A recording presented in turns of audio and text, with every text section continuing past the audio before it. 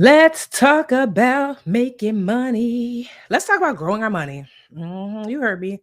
Let's talk about growing our money. Let's talk about it. Let's talk about it. Sing about it. Something, something, it's true. It's you. I swear it's you. What song is that? Let's talk.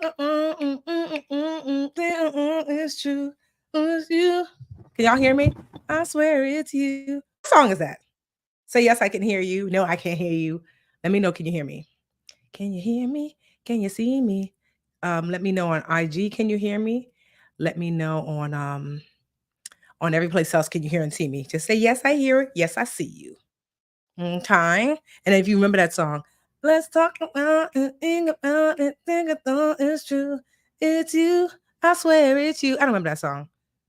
Yeah. So where y'all from? Come on in. So actually, we're gonna jump right in because your girl is tired. I know I was tired last time. I'm tired because book tour is even from the safety of your home.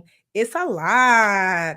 I'm telling you, anybody who creates a thing, the creating of the thing oftentimes is the easier part. It's the marketing of the thing that's like that's where warriors are built. Okay, if you haven't already, make sure that you um tell, tag, share, right? Because we're going to talk something about something really important today, investing. Okay. Tell, tag, share. Okay. I see EO in the house. Karen, I see you in the house. Canada. All right. All right. So let's just get started. All right. So, when your friends come late, they'll just have to adjust because we have a lot to talk about. Because investing is a meaty topic. Who here has invests already? Just say, I do, I do, I do, I do, I do. Who likes orange soda? Kel loves orange soda. I do, I do, I do. Who remembers Kenan and Kel from Nickelodeon? I remember. If you remember, we are going directly from if you have made whole in your hand. If you don't, go get it. You had plenty of time. I told y'all last week we're doing lessons directly from the book, and especially this week is very helpful if you have the book in hand. Go get it. We are going to be on page Pahina. What page are we on? 129. 60% whole. Invest like an insider. Okay? Go get the book. Go get it. If you don't have it, what are we really doing? Are you serious with your life? You're not. All right. So in this chapter, this is chapter 7. I'm going to help you get good with two types of investing for retirement and investing for wealth building. Did you hear what I said? There's two main types of investing. There's investing for retirement and there's investing for wealth building. So the difference is when you are investing for retirement, I want you to think about, I want you to look around. Look around.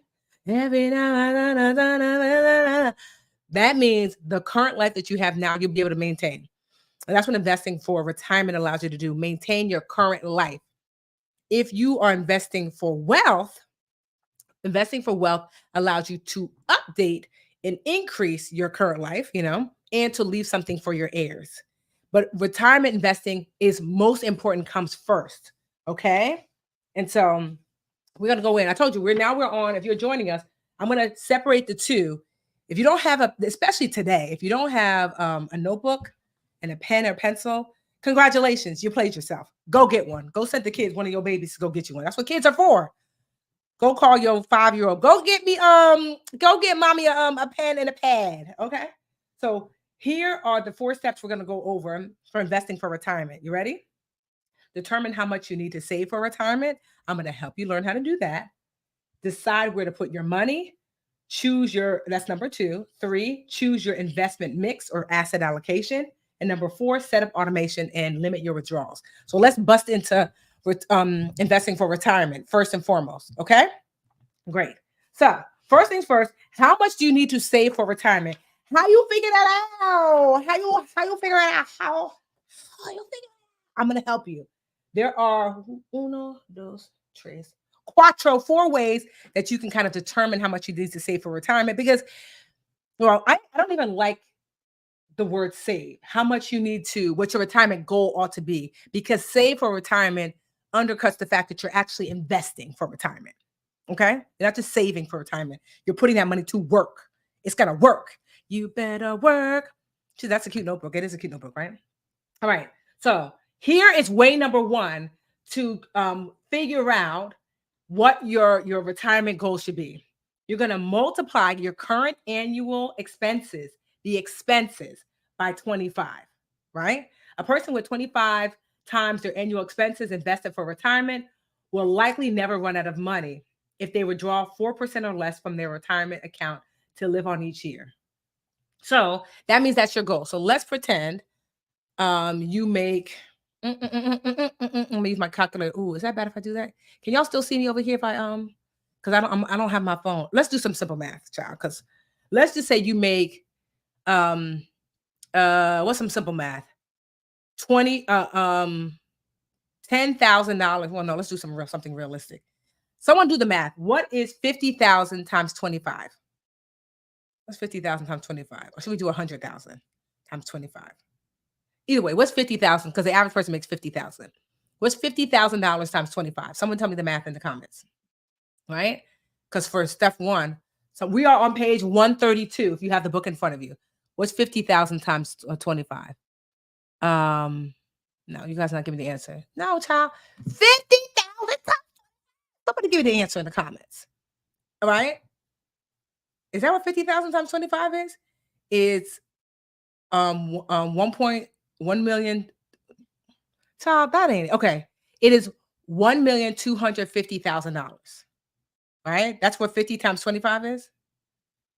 No, the average person does not make $20,000. I think I read somewhere it was like the average person makes about 50,000. Right? So if you are someone who made $50,000 a year, your goal is to get to your retirement fund at about $1.25 million. Right? I know you're like, $1.25 million. Stick with me. That's one way to figure out how much you need to put up to maintain your current lifestyle in retirement. But don't worry, I'll show you how to get there. You're not going to save $1.25 million. You're going to grow it to $1.25 million. Does that make sense? Okay. Another way to figure out your retirement goal is to multiply your annual income and divide it by your take-home pay. Wait, multiply saving amount. Saving this amount will provide you calculation. Oh, meanwhile, I'm over here trying to guess. I got the thing right here. I got the thing really right here. I said $50,000 in expenses. Okay. Multiply your annual income times 25 and divide it by your take-home pay. Saving this amount will provide a bigger buffer. So let's just say, simple calculation. You have, so you're going to take your annual income, divide it by your take-home pay, and multiply it by 25. 25, it's about the number of years you're going to spend in retirement. And so, for example, if you make $85,000 a year, and you divide it by that take-home pay and multiply it by 25, if you retire by age 65, you're looking at about $2 million, $2.1 million saved. And this is going to provide you with a larger buffer and a bigger goal to reach, but it means that you'll be a little bit safer. So that's way number two. Way number one, multiply your annual expenses by 25. Way number two, divide your annual income by your take-home pay and multiply that times 25. Way number three is multiply your current expenses by 30, and then aggressively set aside as much money as possible to achieve this savings goal quickly. This is also called the FIRE method. So people who practice FIRE stands for financial independence, retire early. Who has heard of FIRE before? Yes, gross is your annual income. Gross minus. So that second one, for those of you who are asking, is what is my annual income? Say, I don't know, $100,000. What is your take-home pay? Divide your annual income by your take-home pay and multiply it by 25. That is one way, But this means you would have to put aside more in order to do so, in order to reach that retirement goal. The next one is to multiply your expenses, not your income, but your expenses by 30. And then aggressively save up to 70% of what you make, which most people are not able to do that. But this is what the FIRE people do. The financial independence, retire early. This is what they do. They, make as much money as possible, live on as little as possible, get to about 30 times their annual expenses, not income. And that's what they live off of. So sample calculation. Let's just say your annual expenses are $35,000. If you live super, super tight, multiply 35,000 times 30. That means you would set aside $1,050,000 that you would need to retire the fire way, you know? And so fire is very extreme. And some people live by that, but I wanted to give an example of what else you can do in order to reach that, in order to reach your retirement goal. And lastly, you can multiply your annual salary by 12. You might think, well, 12, you're going to fall short, but there's social security benefits that might kick in, that you could potentially kick in. And it's most of you might have to work a little bit longer, quite honestly. But at the very least, you could say, so let's just say you make $100,000 a year and you multiply that times 12 years in retirement, if you're okay with retiring later, and that's $1.2 million. So understanding how to get to your retirement goal is going to be important. Understanding that number you're working toward. Multiply your annual expenses by 25 is one way. Divide your annual income by your take-home pay. Multiply that by 25, gives you a bigger buffer. Multiply your expenses, not your income, by 30 and set aside aggressively. That's another way. And lastly, multiply your annual salary by 12. And that means you have to retire later. So these are the ways you can come up with the number, because it's important to know what number you're working toward. And I know these numbers look really big, but you're going to lean into the power of compounding interest and investing, right? And so here's some ways that you can get to that number faster. Okay, so I say here, now it's time to figure out how much or what percentage of your income you need to contribute monthly to your retirement goals. There are limits to how much you can contribute to a retirement account. See below, because I say it later. But the ideal scenario is you're contributing 20% or more of your income toward retirement. To put it in numbers, if you make $60,000 a year, you would want to contribute about $12,000 a year or $1,000 a month. I'll wait while you gasp a little. I literally put that in here. I know it sounds like a lot. Okay, now take a deep breath, because the good news is there are strategies to help you get there, and you can get there over time. Most people can't just go high rolling retirement investor right away, right out the gate. So they have to start at a lower percentage, and then I'll help you get to your max. Okay, so here's the hack to get you to 20%, saving 20% of your income. One of the hacks is collect on your employer's match and or profit share program. If your company offers a 401k or 403b retirement account, be sure to ask if they offer a match on any contributions you make to these accounts. I'm on page 134, right? A company match can range anywhere from 1% to 10% or higher, which is rare, right? So let's give you an example of how this works. Let's just say your annual income is $50,000 and your retirement benefits include a 4% match. In money terms, this would mean your employer Instagram, don't do that. Okay, there it is. In money terms, this would mean that your employer would contribute up to $2,000 per year into your retirement account. You'll want to check about the contributions, yada, yada, yada, right? So here's how it can help. Any contribution made by your company helps to boost your retirement balance. Plus, it counts towards your 20% goal. That means if you put in 4%, that is, if they put in 4%, your goal requirement drops to 16%. If they put in, say, so for example, if your employer puts in 4% and you put in 4%, you're closer to your 20%. They help to chip down at that 20%. So that's one of the ways, is to lean in to your 20% goal by as you get older, you should start looking at employers based upon not just how much money you make, but what kind of what are those things called? Like, what's your package, right? Your insurance, your what is it called? Your retirement. What's that stuff called? Benefits package.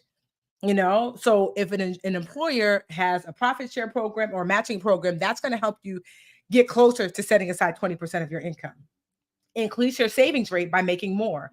One of the ways to get closer to your goal is to make more and to spend a little bit less. I know it sounds like, well, duh, everybody knows that, but people don't do that. When you boost your savings rate is basically what you make minus what you spend. You give yourself the opportunity to save more for retirement. And you can always invest a lower annual percentage of your income for retirement. I know ideally 20% is ideal, but maybe you can't. Start up at 1% and every 6 months increase it another 1%, or start up at 1% and every year you increase it. You increase it by 1%. Start somewhere. That part is super important. And like I said, I just actually say I have it here in the book. Choose an employer when you choose an employer, consider the retirement package that's being offered. Because as you get older, when you're young, 20-something years old, maybe you are 20-something years old, you're like, oh, girl, I don't care. I don't care, girl. You won't care.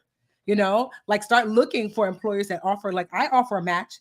What's my match? Logan, Keisha, y'all watching. What's the match? Do we do 3%? I don't know, but we have matching program over here at the budget of the Nista. Okay? Okay. So that's going to be important. So in the book, I give you a space to figure out what your retirement goals can be based upon the 4 ways that I say you can calculate it. It's important to know what your number is. And yes, Savanya said it best. It's important. So I think we're 3%. Yes, it's important to contribute at least to the match. So if anybody's on my team and watching, are you contributing at least to the match? Because it's free money you're leaving on the table. You put up 3%, I put up 3%. Okay. All right. So, and then step 2 is decide where to put your money. There are a few places to put your money. Okay. Like I said, I want you to get your notebooks out because this is important. First place we're talking about is your 401k. If you work for a for-profit company, your employer may offer you access to a type of investment account called a 401k or a 403b if you work for like a nonprofit. The account would be offered. Okay. Yeah. I said that already. Okay. So here's some of the benefits of a 401k. They are pre-tax contributions. You won't pay taxes on the money you put into a 401k, which means the more you invest now, the lower your taxes will be now, and you'll just get taxed later when you pull that money out. Right? Like I said before, they help to lower your annual income. I'm on page 139 for those of you with the book. They have high contribution limits. As of writing of this book, people under 50, this is changing for next year, but people under 50 can contribute $22,500 a year to their 401k. People over 50 can put in an additional $7,500 in something called catch-up contributions. Because they know sometimes y'all wasn't doing what you're supposed to do when you were 20. So they're like, if you're 50 plus, we'll allow you to put an additional amount of money. So instead of $22,500, people over 50 this year could put $30,000. And your employer can contribute up to $43,500 on your behalf for a total max contribution of allowance of $66,000 and $73,500 if you're over 50. So if your employer maxes out your contribution and you max out your contribution, it could be a significant amount of money, depending, of course, of how much you make, because you cannot contribute more than you make, but just keep in mind that there's a lot of money that you can put into your 401k. And your employer can help out with that. That's the core thing I want you to understand, that most people who have regular jobs have access to a 401k. That's one. Number 2 place that you can put your money for retirement is a traditional IRA, also called an individual retirement account. When you put your money to an IRA, you have more choice over where the money gets invested. In a 401k, you don't have as much choice. In an IRA, you do. They are also pre-tax contributions, just like a 401k. They also have 401k rollover options. So let's just say you leave a company and you don't want to leave your retirement account with them. You can go to your bank and open up an IRA and roll over. Remember the song? 5 bears in the bed and the little one said, roll over, roll over. And they all rolled over and one fell out and the little one said, mm-hmm. So when you leave, I don't like leaving money with my old employer. Child, it's over. Give me back my sweatshirt. Okay? Right? And so you want to roll over. Matter of fact, where's my glasses? So, forgot, this is smart, Tiffany. See, look at these glasses. Look at these glasses. I'm so smart, I don't even have glasses in these glasses. But I feel like these make me feel smarter. Okay. Right? So, you can roll over, because what you don't want to do is that you leave your employer. Do not drain the money from your 401k, because remember, you didn't get taxed on that money. So they're going to tax you, girl. Leave that money in that 401k. And if you want to leave, roll it over to an IRA. Not you though, girl. You're going to go to the IRA and say, hey, I got a 401k. And the 401k people are going to talk to IRA people and they're going to roll over together. You're going to mind your Black-owned business. Okay? So also, they can also, like a 401k, your traditional IRA can lower your taxes. Okay. So we talked about 401k, you Gucci. We talked about IRA, you Gucci. Now let's talk about a Roth IRA. It's different. It's another type of IRA, but it has some significant differences. You pay taxes before you invest your money in a Roth IRA. That means you invest take-home pay money into a Roth IRA. So that means you already pay taxes on it. This money has landed in your bank account. And the plus side is that you pay today's tax rate instead of whatever unknown future tax rate when you take it out. So you put your money, you got taxed on it. You're like, okay.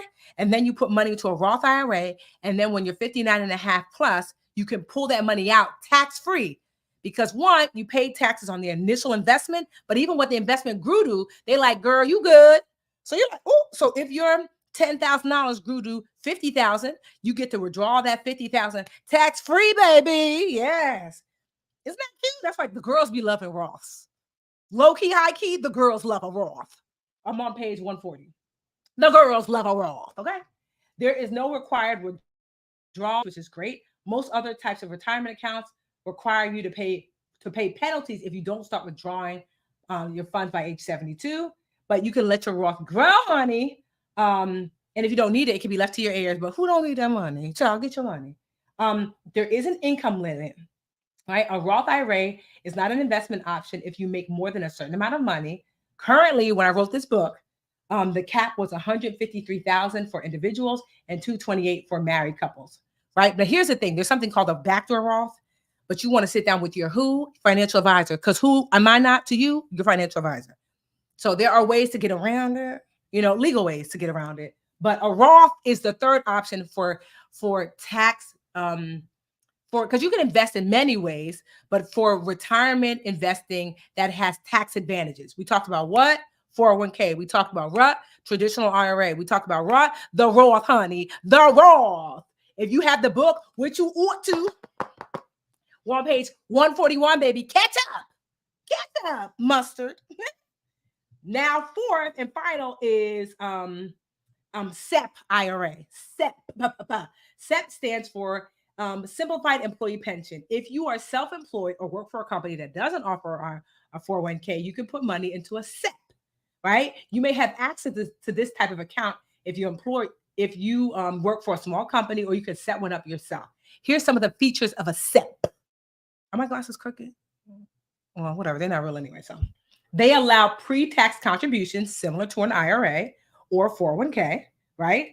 They help lower your income taxes, and you can deduct 25% of your income, or currently up to $66,000 per year, whichever is lesser. As with other investment vehicles, you'll want to check the SEP contribution limits each year, because the IRS typically will update it every year. So with these retirement accounts, right, that have tax benefits, typically every year the IRS will adjust the maximum amount that you could put into them. So you always want to check, And so that's the 4 retirement account, tax benefit retirement accounts that you can look into. What do we say? IRA, 401k, Roth IRA, SEP IRA. Okay. So I said, so the maximum, you said, what did I say for which one? How much for a Roth? So if you are a individual person, income limit for an individual person now, which probably be higher next year, but for now it's $153,000. If you're a couple, $228,000.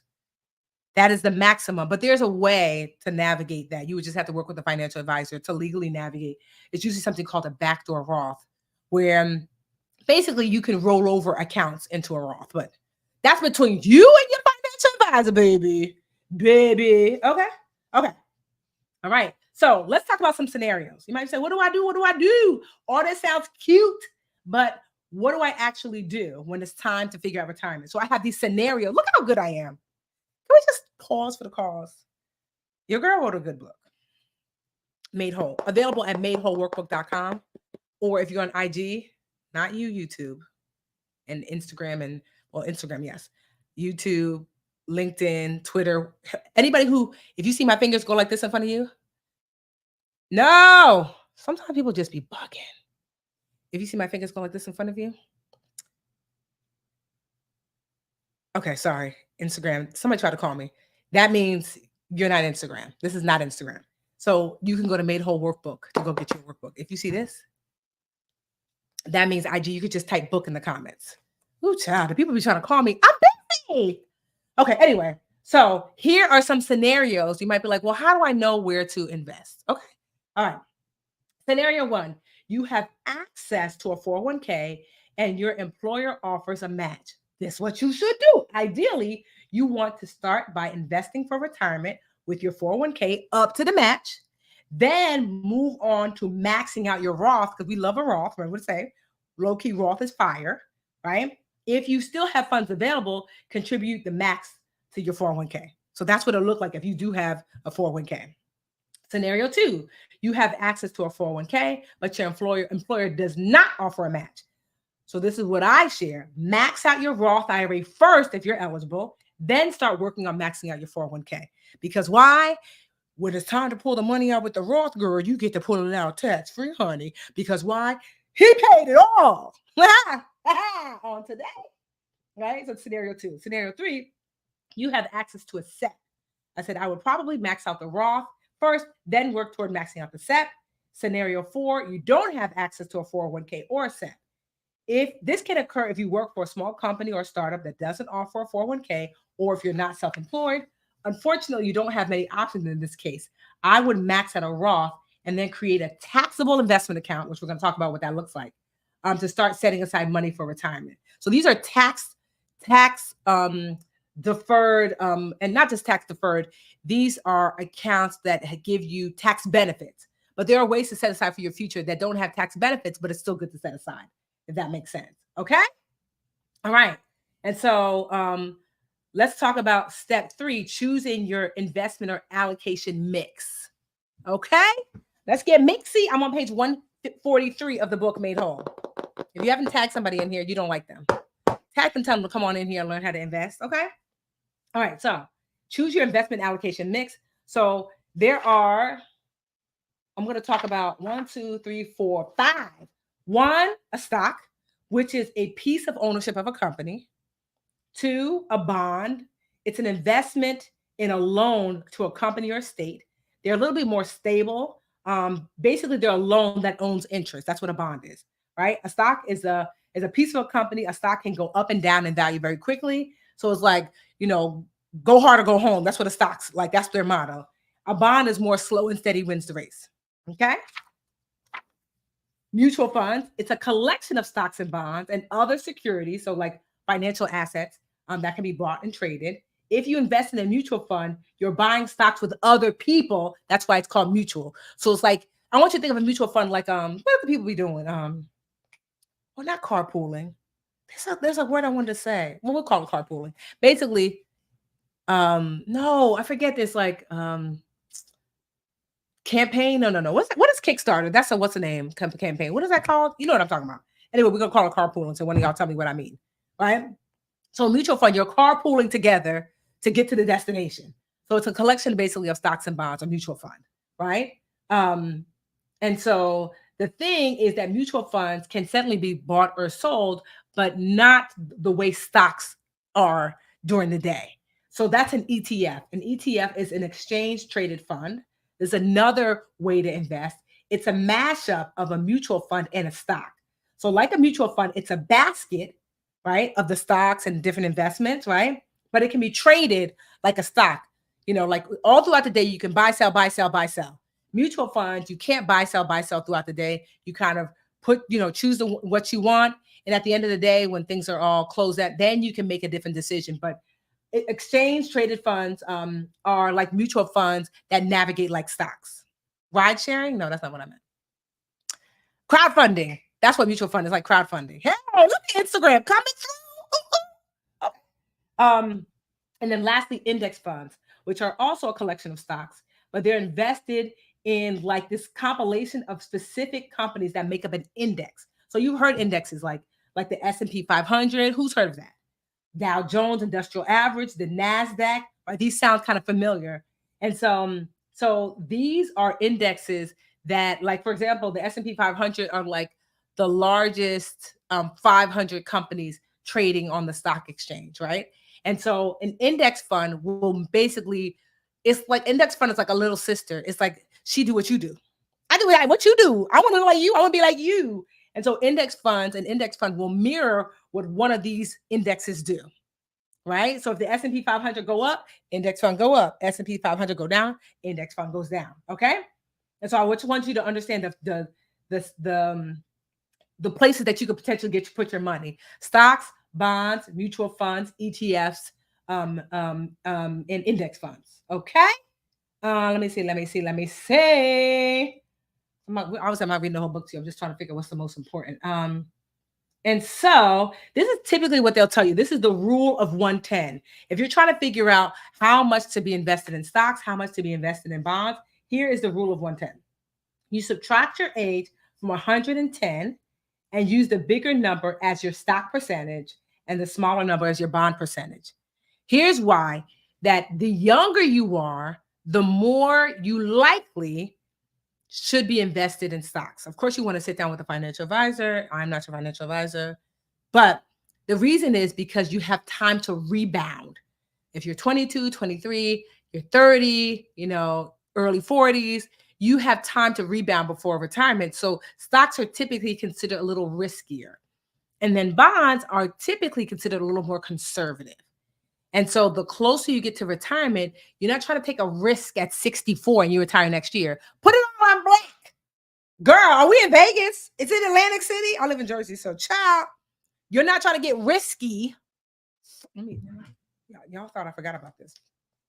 You are not trying to get risky the older you get. Is you crazy? Right? You're not trying to get risky. And so you want to be basically, they call it rebalancing, that every year you get closer and closer and closer to retirement. You want your retirement typically to be more and more conservative because you need the money soon. It's Showtime synergy. Some of y'all don't remember. Ooh, Jam is excitement. Ooh, Jam is outrageous.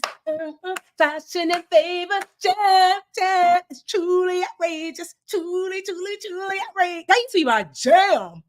Jam was the jam. Remember? Making mischief. We are the misfits. Those are the bad girls. I didn't want to be a bad girl. I wanted to be Jam's little sister, Kimber. Kimber was annoying, but I was annoying too as a little kid. Okay. Step 4, set up automation and limit your withdrawals and loan as much as humanly possible. AKA, mind your business. Why are you over there bothering that your money in your retirement account? Are you 80? Well, you don't take it out 80, but like you 40 years old, taking money out of your retirement account. What is 70-year-old you gonna do? What's she gonna eat? I'm telling you right now, you over here pulling out money for foolishness, right? And meanwhile, your 70-year-old self will look at you like, look at her, going to Paris on my dime. And I'm over here eating saltine crackers and thoughts and prayers because she want to go to Paris on my dime. Stop spending your old person money. Stop spending your old people money. Eventually, you're going to need it. You're going to need it. Goodness gracious. Like, I see you over here borrowing. How many times you taken a loan from your retirement account? I'm not here for the judgment, but I'm here to be like, it's not me side-eyeing you. It's your 80-year-old self. It's your 70-year-old self who eating saltines and pack ramen. Mad like, but you want to go to Paris. I'm also okay. Got me out here struggling. It is your younger self's job to look after your older self. You heard me? It's your younger self's job to look after your older self. Okay? Yes. Don't do it again. Brandon, leave that money alone. Okay. So now we talked about investing for retirement because you got to do that first. Now let's talk about investing for wealth. Okay? Right? So there's some steps here. You ready for the steps? 1, you got to meet the baseline requirements. 2, set investing goals. 3, determine what type of investor you are. 4, figure out the best management type for you. 5, identify the best vehicle. 6, start investing. 7, automate and ignore it. Ready? Let's go. So we did investing for retirement. If you're late, watch the replay. Type replay. Pardon the replay. Come down the replay. Down the replay. So if you're watching the replay, which you're not, well, some replay people watching the replay, but I'm talking to you right now, the live people. This ain't a replay. Type replay because I like to know the replay people in the comments if they got this far. Okay? So step by step, day by day. Okay, so step 1. So if you have the book, which you should, we are on page 148. Okay? 148. All right. So I want you to meet the baseline before you start investing. As much as I'd like to say investing for wealth is necessary, in reality, there are other financial matters that take priority. Before you start investing for wealth, you need to have met some criteria. Make sure you can check off every item on the list before you direct any of your money toward wealth building. Okay? So investing for retirement comes first. You ready? I know y'all didn't write replay. I'm gonna beat some of y'all up. If you are watching, what's today? December 6th. Today's December 6th, right? At 8:37 p.m. and you're typing replay, I'm gonna beat you. Where's the bell? Go get the switch. How are you watching the replay? We live, sis. You just want me to be mad. I think some of y'all just be playing with me because you want me to be mad. You know daggone well to say the replay. We're here. Look, 8:37 p.m. Eastern Standard Time. If your clock says it, this ain't the replay. Oh my God. I'm gonna start shaping some of y'all. I did not say, I said type replay if you're watching the replay. You're not watching the replay, sis. If you hear, if the time is my time, 8:38 Eastern Standard Time. If you got the same time, sis, we're in it together. See, we're here. We are the replay people. It's gonna be like December 10th, 11th, 11th. No, but here, see, here. Child. I'm gonna pretend like you just did it as a joke. Okay. And why are you typing book at that? Y'all see at this point I know that the YouTube people are trolling me because you know daggone well I said stop typing book over there. It's only for the Instagram people over here that you can't see because y'all on YouTube. Instagram allows me to slide in the DMs automatically with the link if they type book. Either way, everybody's going to madewholeworkbook.com. So you ain't got to do all that. Everybody's going to Made Whole Workbook. That's what you get. Everybody's going to Made Whole Workbook. You're lucky. See, if I was doing class in person, you would be sick of me because I would hit the desk like, what did I say? It's like, no, I'm just talking. I think I'm having a good time.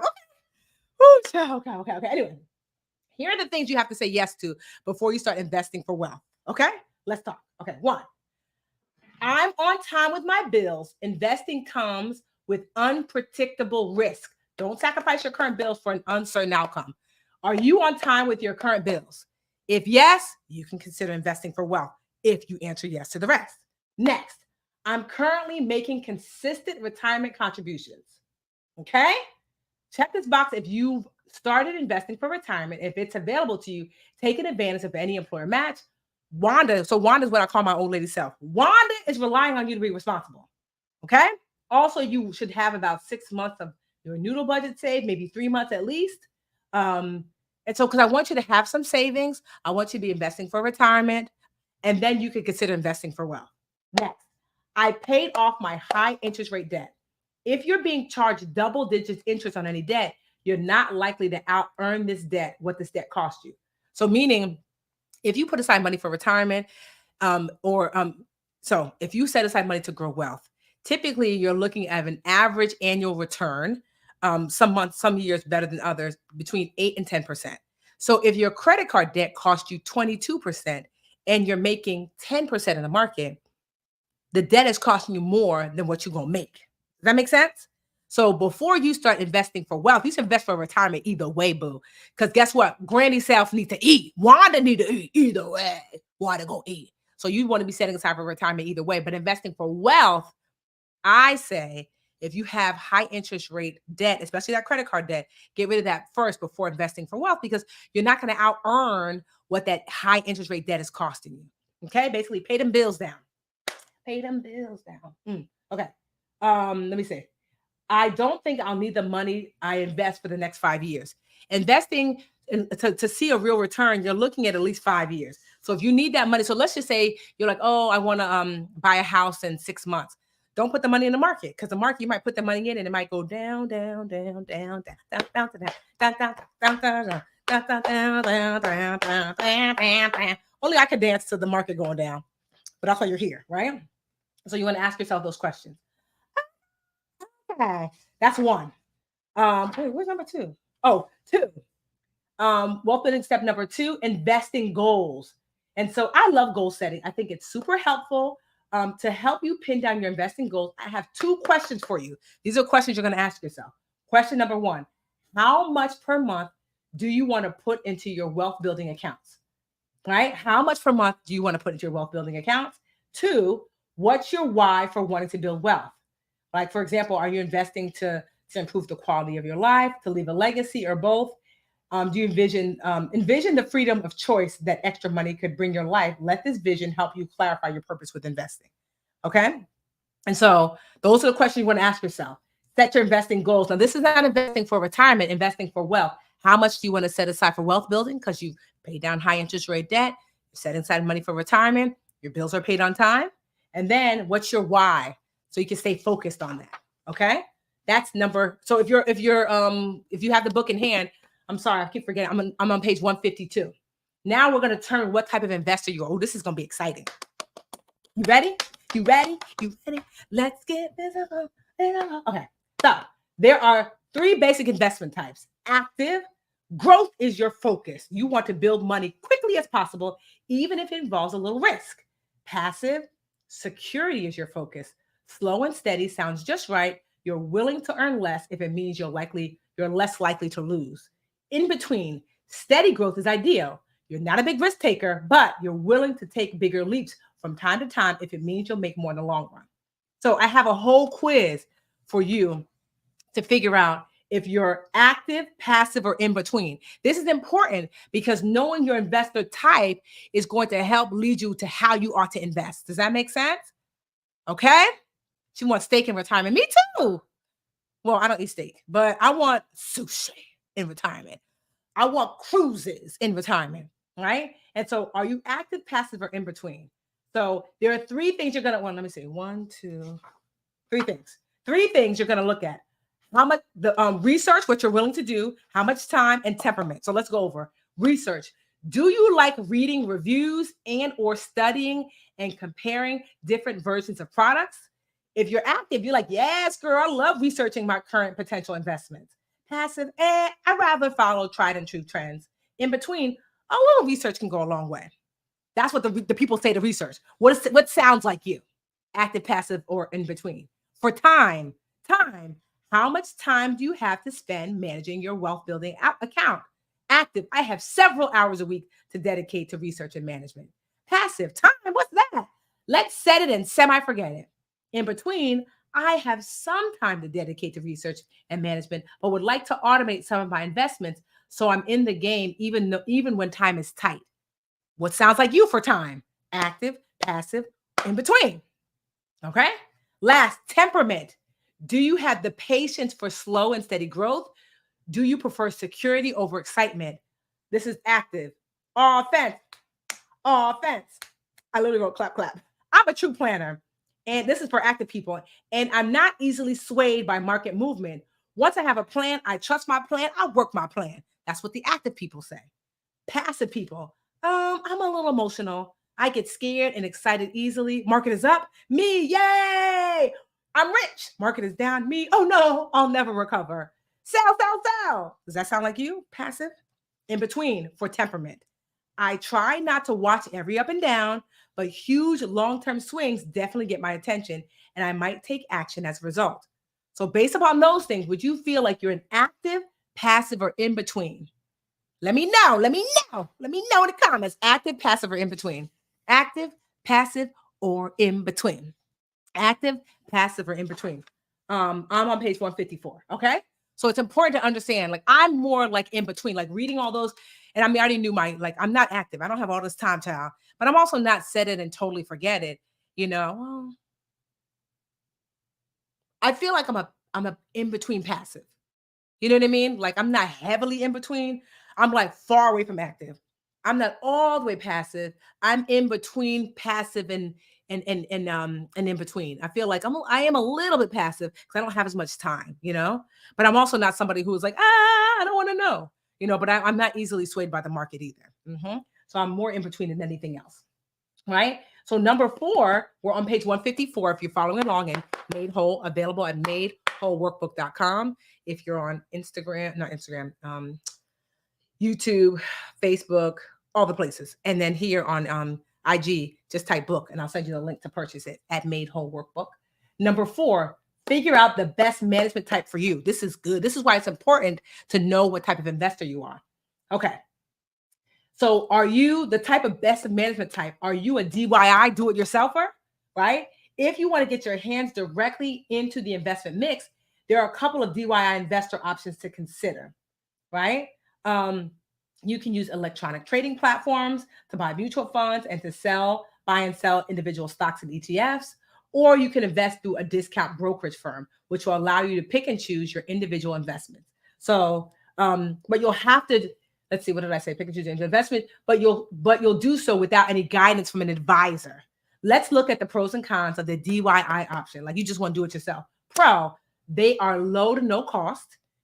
Pro, it can seem fun and exciting to be in control. Con, time and research are essential. This isn't a con for everyone, but it's definitely important to consider when it comes to your time and tolerance for doing the work. If you know you don't have a lot of time or temperament to do the research, you don't want to be DIY.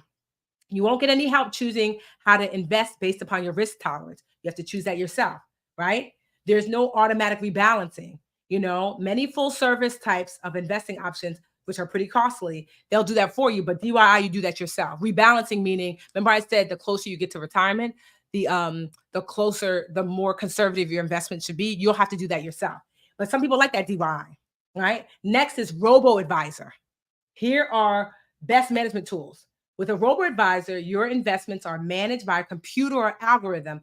This option has higher fees than DIY investing, but lower fees than a human financial advisor. So pro, you can get help. You can get the help you want without paying the higher fees of a financial advisor. That's a pro for robo-advisor. An intake survey where you indicate your risk tolerance and goals allows for semi-customized investing. Also, too, automating is super easy. You kind of set it and semi-forget it and let the computer do the work. That's robo-advising. Okay, the cons are you don't have as much control and there are small fees involved. Okay, next is personal financial advisor. A financial advisor will provide full service, fully customized financial planning. Pro, you can get a wide range of finance-based guidance, including topics such as college planning, debt management, and insurance. And you also get direct attention and can expect next level customer service if you work with a financial advisor to invest. The con, management fees can be steep. Although they are relative to the amount of assets you've invested, the average fees are about 1%. But that's a lot of money in the long run. There's typically a minimum investment required. And you might have to have a lot of money in order to work with a financial advisor. So those are the pros and the cons. Okay. So I have here a place where you could do the work where you think, knowing what I just said, what does it sound like? Are you a do-it-yourselfer? Are you a robo-advisor? Or you think you want to work with a financial advisor? Those are the 3 basic ways that you can invest. Okay. Okay. She said, before you start sleeping, swing that belt. Okay.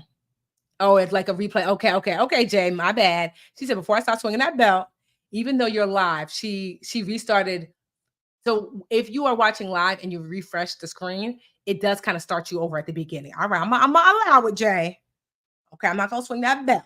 All right. Step 5, identify the best investment vehicle for you. So stocks. Is this the best investment vehicle? This is why, remember what I said. Are you active? Are you passive? Are you in between? Here's why. Stocks. Remember I said it's a portion or a piece of a company that you own. This is good for active investors. It's important to know what kind of investor you are because you will find people who are passive and they want to invest in stocks and wonder why they're not doing well. It doesn't fit your personality, boo-boo. You're a summer and you're wearing winter colors. It's giving, you don't understand your brow shape. It's giving, you don't have the face for natural hair. It's okay. Everybody got to, you have to understand yourself. And so if you realize, oh, I'm a passive investor, why are you in stocks?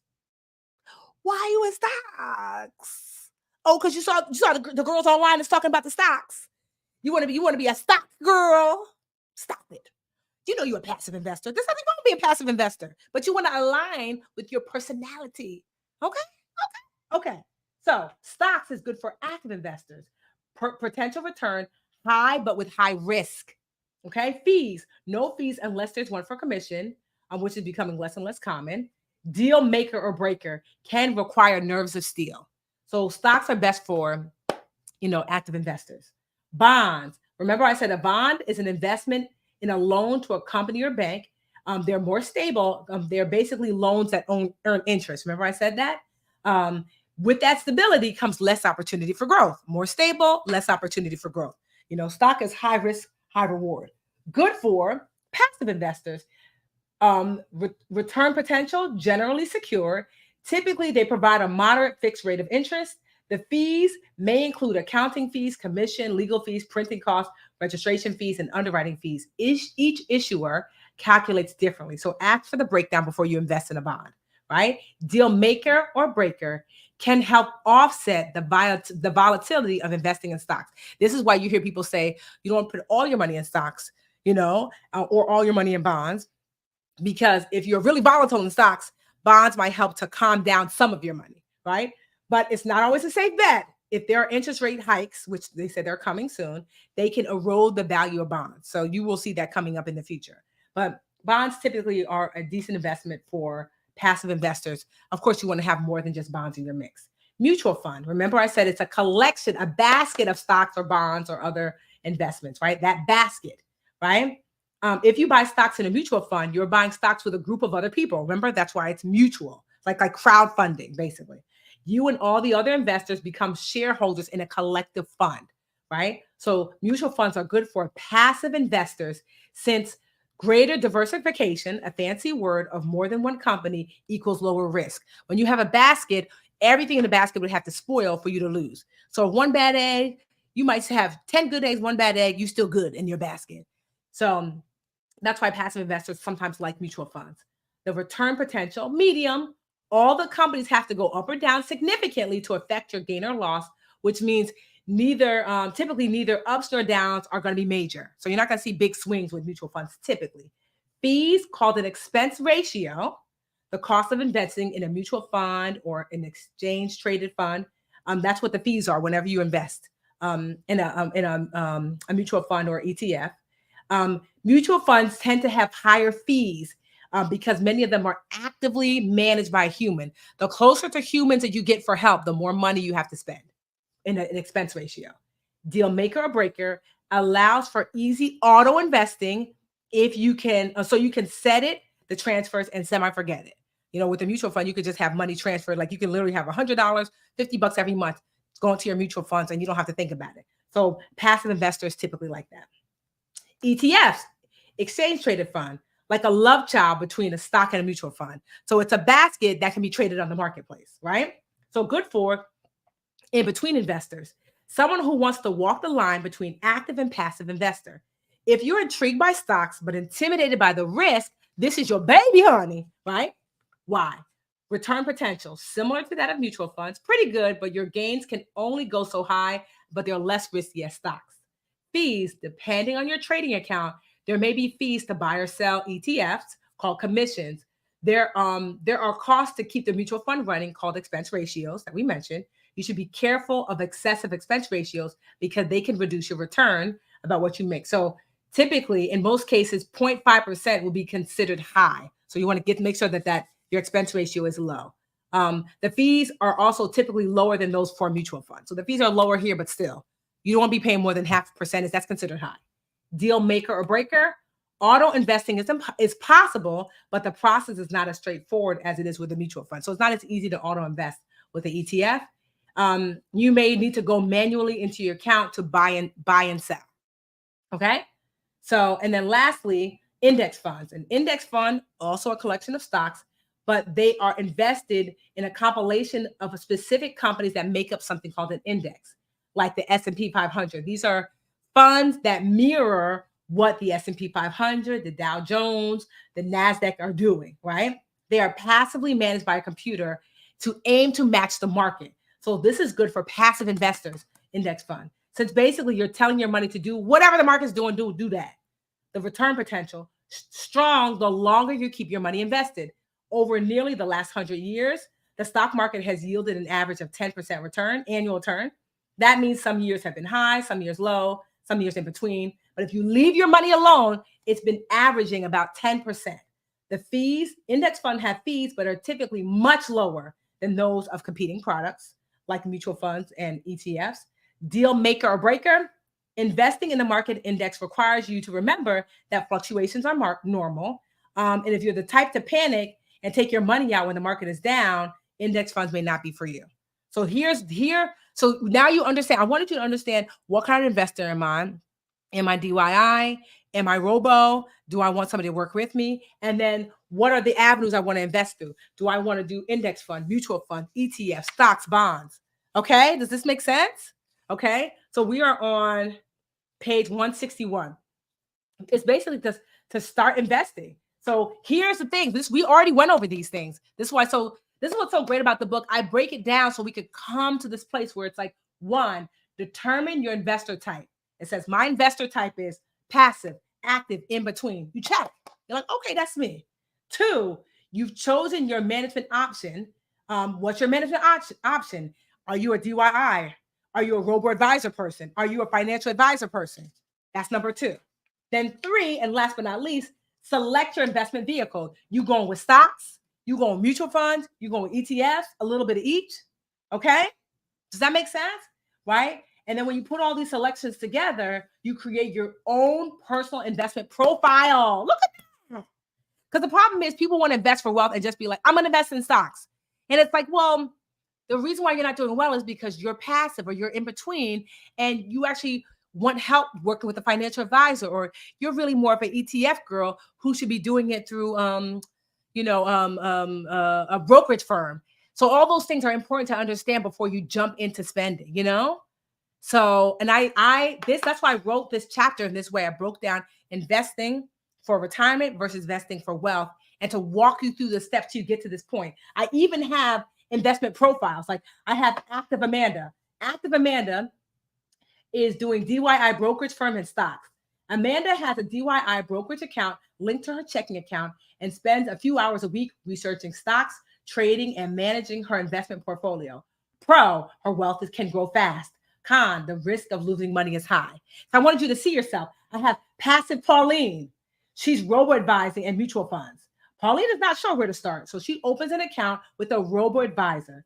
She takes the robo investment survey, and an algorithm automatically chooses her investments based upon her risk tolerance and goals revealed by the survey. She automatically contributes to her robo-advisor account each month. The pros to this: steady growth leads to legacy creation. Her account is passively managed, so fees are relatively low. Con, to see a decent return, she will have to leave her money alone for at least 5 years.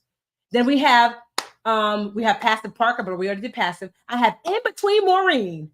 In Between Maureen, she's doing DIY brokerage ETFs, right? So Maureen enjoys trading ETFs via a DIY brokerage firm, which lets her get a taste of stocks, but gives her a little bit more safety since ETFs are a group of stocks and other investments.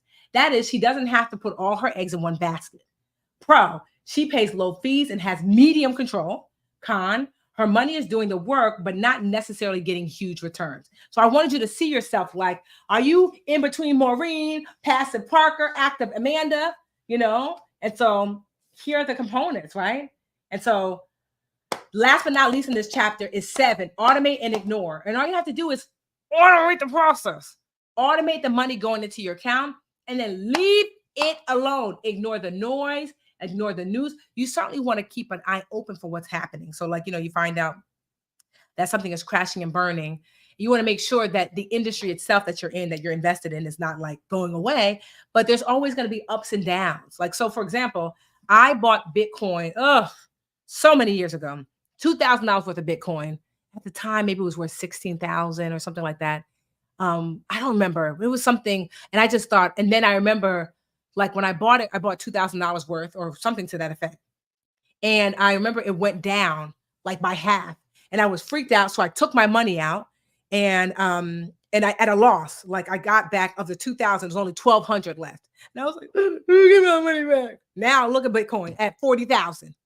Your girl would have been richer, And so I realized I'm not an active investor. I don't got the stomach for it.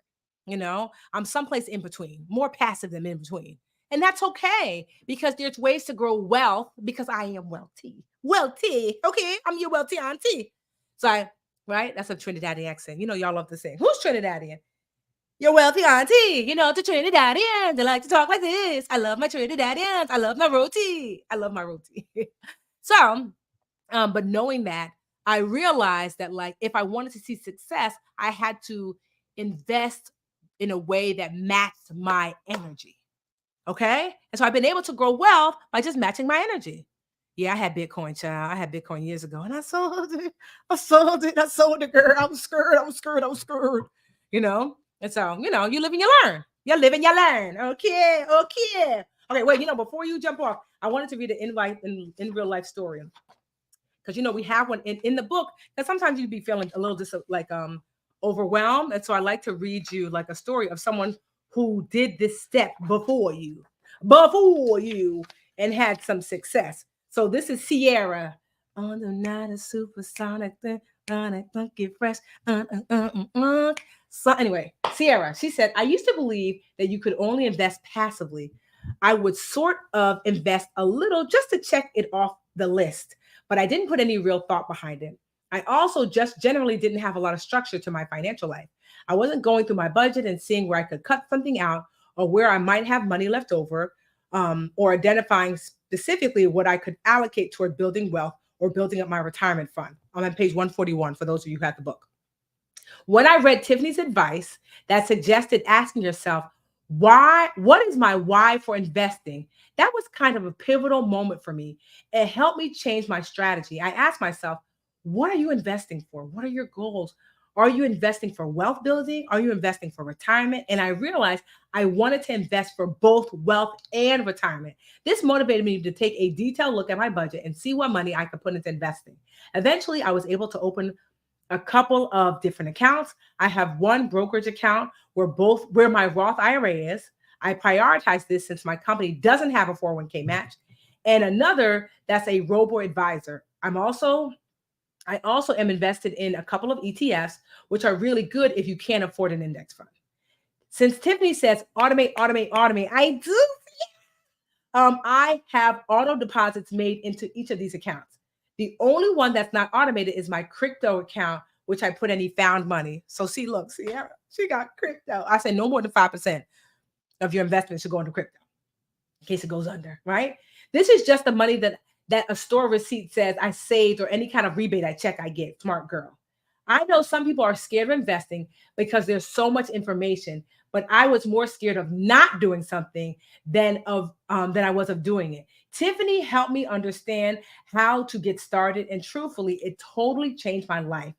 I even transitioned into a career in finance after working in creative services. I forgot Sierra said that.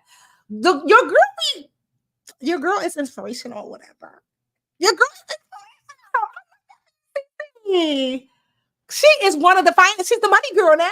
Okay, queen. We stand a money queen. It's not enough of us. Okay. Isn't that so good? Woo, child. I mean, the blessing that made whole is the blessing. Okay. And so if you want to be made financially whole, there are 10 steps. I just went over one of them today, and you can watch some of the I think this is like my fourth one that I did. What did I do, y'all? Did I do budgeting? Yeah, I did budgeting with y'all. Last week I did credit. I just did investing. There was one thing. I think I did money mindset at first. The first one. I can't remember, child. My memory. Gone. Anyway, if you want to be made whole, go ahead and type book on IG in the comments. And if you're over here, just go to madewhole workbook.com and you can go ahead and get yourself a copy, because if you see, it's a workbook, and there are definitely spaces to fill stuff in, but also too, there's a lot. Some workbook is just like lines. They tried it. I mean, no offense, but they tried it, right? No, you getting all the info and then you get the space to fill it out. Your girl is a teacher. If there's one thing about me, I'm gonna teach. There's one thing about Tiffany gonna teach, okay? And because I really believe that like it's really important for you to fully get the lesson, and then I give you the chance, the space to do the lesson in the book. And the book comes along with a toolkit that's totally free. That's available on Made Whole Workbook. Even if you don't buy the book, which I want you to, but you might not have it. First of all, one, go to the library, girl. Your girl ain't mad because I know what budgets be like. You can always try to go to the library. But there's a toolkit on Made Whole Workbook that's totally free that goes along with the book. So it's like all of the extra, what is this called? My brain is tired. So like the spreadsheets and stuff, all the extra spreadsheets, any other extra tools and resources that I suggest, we keep the toolkit updated. So like as the years progress or even months progress, we update the toolkit. So yeah. So I hope you enjoyed this series with me because now it's time to enjoy the holidays. Happy holidays. Happy holidays to you. Okay? Yeah. Made Whole Workbook. Type book in the comments. I hope you enjoyed. Did you enjoy? I like my love. I got your love on top. You got what I want. I got what I need. So you're asking me some of the best robo advisors. All those things literally in the toolkit, because what's cute today is not cute tomorrow. So if you go to Made Whole Workbook, there's literally a box that says toolkit. It's totally free. And so like I like to update any of the tools, resources, websites, apps or whatever. I update them regularly because sometimes these places be good one day and acting up the next. Okay, so I like to be on top of it because what they're not gonna do, they're not gonna play my friends. Not today or tomorrow. I'm not the one or the two. No ma'am, no ham, no turkey. Okay. All right, y'all. Have a good night. Bye. Goodbye. Farewell. Avidas ain't gonna do. I do. To you and you and you. Goodbye.